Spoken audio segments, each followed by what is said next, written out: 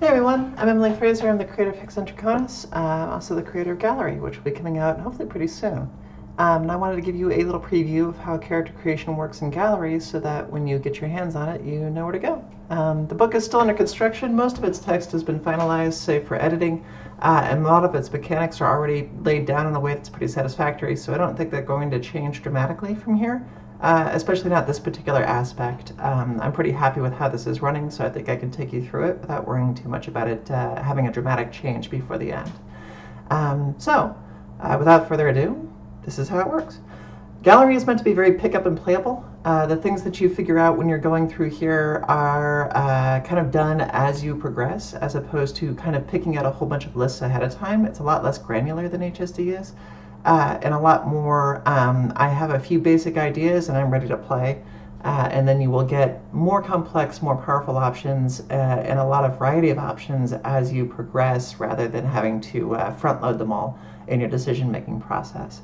So character creation doesn't even really begin with picking any kind of stats or powers. It begins with picking an idea. So you start with your motif. There are 6 of them: equine, canine, feline, avian, reptile, and insect. Motifs are kind of a feeling. They're not necessarily a specific trope, and in fact, the fact that multiple people have different kind of ideas of what these might mean or be represented of is part of the game. Gallerie is very much about individualization, and kind of expression. So if one person has one idea of what a canine is and another person has a different idea of what a canine is, that's fine and is in fact promoted within the game. The question here is which one of these kind of speaks to you and in what way. It could be aesthetically, it could be behaviorally, it could be any particular reputation or kind of a specific aspect. Maybe you like the freedom of flight that comes with a bird, or the speed that comes with a horse, or any number of other things. The specific unique beauty of like an insect or a reptile might appeal to you in some way, or you just kind of like the behaviors that come with some of them. However it is, if you find some personal attachment to it, that is your character's motif. And that's just a decision that you make. You don't have to check any boxes or pick anything else. You just go, okay, I choose feline, and you go from there. Who your character actually starts as is up to you. You can actually play any person from any time in Gallerie. You can be from 900 AD France to the wet line, which is what we call a present day now in New York if you wanted to. Time travel and journeys back and forth between worlds are a part of this game. You don't even have to start as human. You could start as an animal. They can also manifest, which is a thing that we'll talk about in a little bit. And they don't have to be matching the animal that you pick here. Again, this is an individualization thing. When the animals actually kind of become muses, which is what you're playing in this game, they gain with them independence of thought, intelligence, and everything that goes with it. And how they associate with a certain motif is kind of up to them, even if it's not one that they share a species with. In much the same way that you don't see human on this list, because we're not specifically troping humans. The thing that you do after this is called selecting your light. So your light is sort of like a theme. This is a feeling that goes with your character when they are at their best, or their most desperate, or their most it's do or die time. This has a mechanical feature in the game where you can activate your light in order to do particularly special or amazing things in a moment, but it also is an opportunity for you and the table to discuss each other and a little bit of the kind of vibe and the energy of what you're bringing here. Maybe you have a backstory already, maybe you have a sketch or an idea, or maybe you don't, and the only thing that you've really got is, I like this energy. So what we actually sort of suggest in the document is to literally go down and pick songs. Have characters find songs that are sort of like, when the chips are down and we really need to win, and it is, I am, extremely invested, this is the kind of energy that I'm going for. And you can play a song from any of the online resources available and have your party kind of understand a little bit of what the vibe is to this character. This is a great thing to do with the group at the table on your first session when you're doing character building, so that people kind of have an idea of what kind of energy you're putting out here. It also gives you an opportunity to kind of discuss with each other why these are applicable, which helps flesh out your character's sort of creation a little bit. You don't need to figure out your backstory. That is actually done through the first several sessions of the game. We call it the prelude. It's sort of what gets you into Gallerie to begin with. So that's you don't have to approach the table with 3 pages figured out of who you are. Just come with an idea and a light, an energy. The next step is to select your affinities and disdains. This is sort of like a description of areas that will allow your character to excel and areas that would keep them from doing so. So you can think of this as like, my character likes loud areas and doesn't like quiet areas, or vice versa. But we don't really want to kind of have it accompany just I like stuff. It's more like an area like this would oppress me in some way, just keep me down. I couldn't overcome anxiety here. I couldn't overcome fear here. I couldn't overcome worry here, or something like that. Whereas this particular environment over here would allow me to be myself to the greatest degree. Would allow me to kind of reach for deeper levels of what we call medium, which is kind of the magic in the in this particular setting. There's a list of suggestions here just to kind of give you some ideas of spaces, but you don't have to stick to them. Likewise, affinity and disdain mechanics in the game will not be popping up every time you're in, say, a tranquil place or a bustling place, but will pop up when those places are emotionally significant to your character for one reason or another. And you, again, will be sharing this with the party, as well as with your guide, and it's a good opportunity for you to kind of elaborate on why these things are true for the character. What is it about these areas that either holds them back or makes them excel? Through this process, you get a pretty quick idea of who these people are by way of their behaviors, as opposed to a long list of kind of background feats that have occurred or not occurred. And in games of Gallerie where you're playing through the prelude, there might not be a lot of background feats that have or haven't occurred. A lot of the adventure kind of comes from this point forward. With these selections done, you're done with character creation, with the exception of like 3 points that have to get put down. It's right here on the bottom, distribute soft scores. Those of you who have played HSD are familiar with some of these terms. Distribute 4 or D6 proficiency points across your available proficiencies. Distribute 2 boons and 2 faults, or D3 boons and D3 faults across your available scores. These are just skills.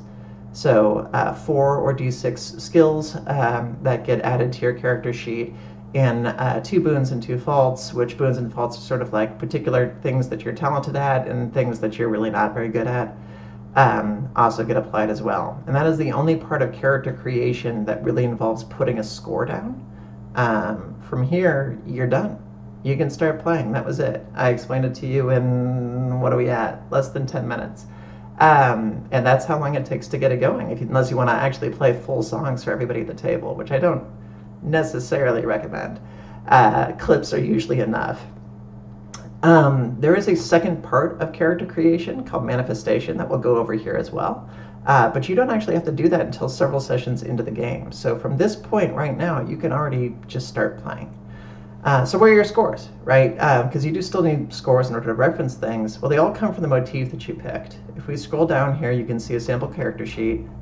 There's the top of one right there. Here's one that's filled out.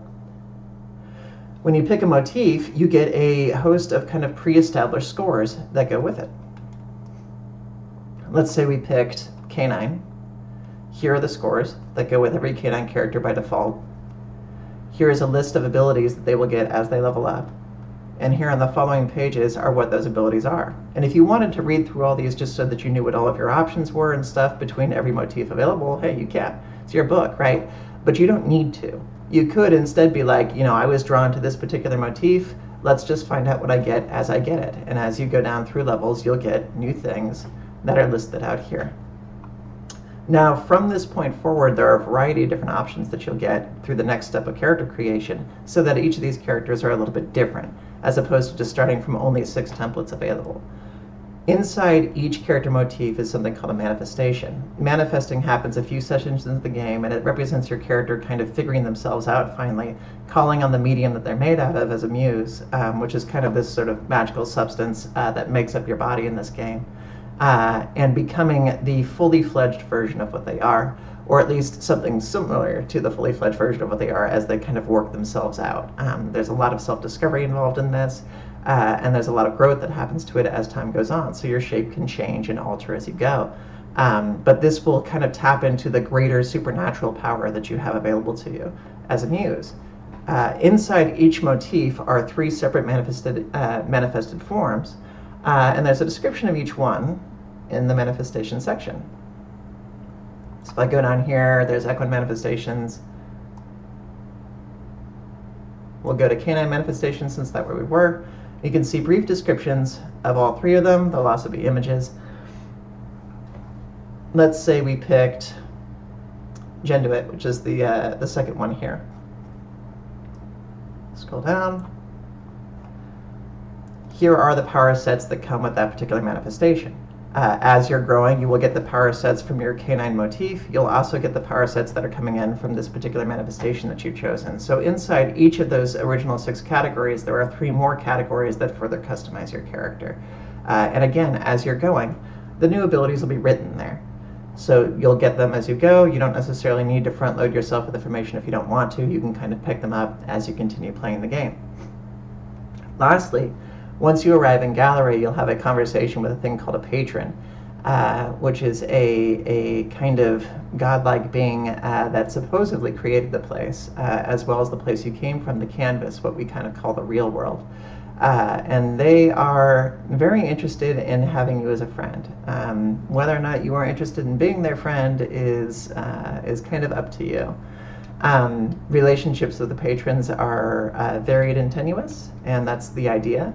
These are very powerful, very capricious beings, and they are not allowed to specifically manipulate you via their power, based on pacts that they have with both muses and with each other, in order to avoid any one of them contaminating the canvas, which is their kind of collaborative group project.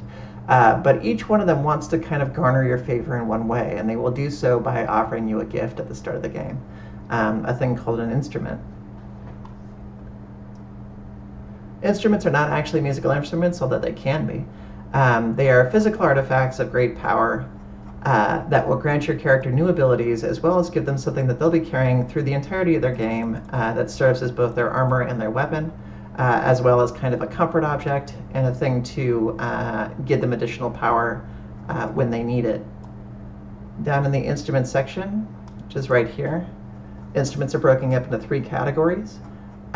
This works the same way that motif does. What you want to do is actually think about what would match your character, what would be offered to them that they would want. Maybe your character had specific attachment to a particular garment or a particular artifact, like a watch or a phone even.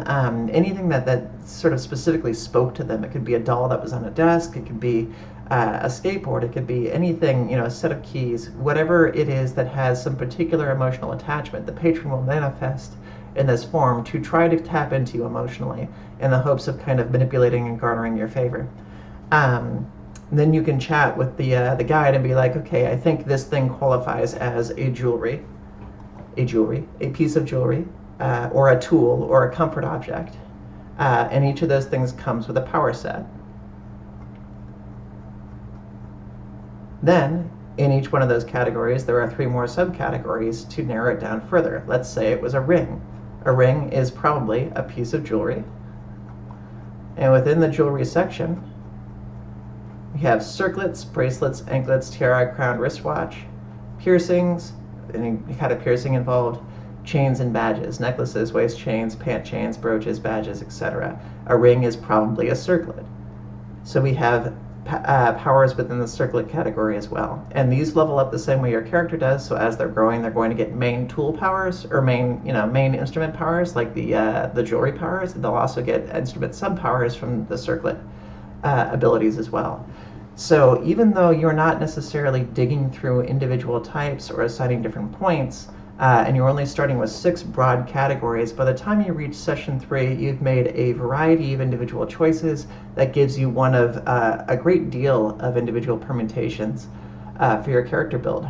And that's not including things like the magic that you get in this setting, which is contained through a thing called brushwork, where you'll be using strokes that you find in order to create paintings called sketches to cast certain spells. Those are also randomized and picked up through things like patron interaction or things that you find in the world to make it so that each character has a variety of different kinds of magics available to them as the game progresses. So no real front loading of information, no need to dig through 1,000 different lists if you don't want to. You can pick up and play this game incredibly easily and have a diverse range of experiences every time. And I look forward to having people play it.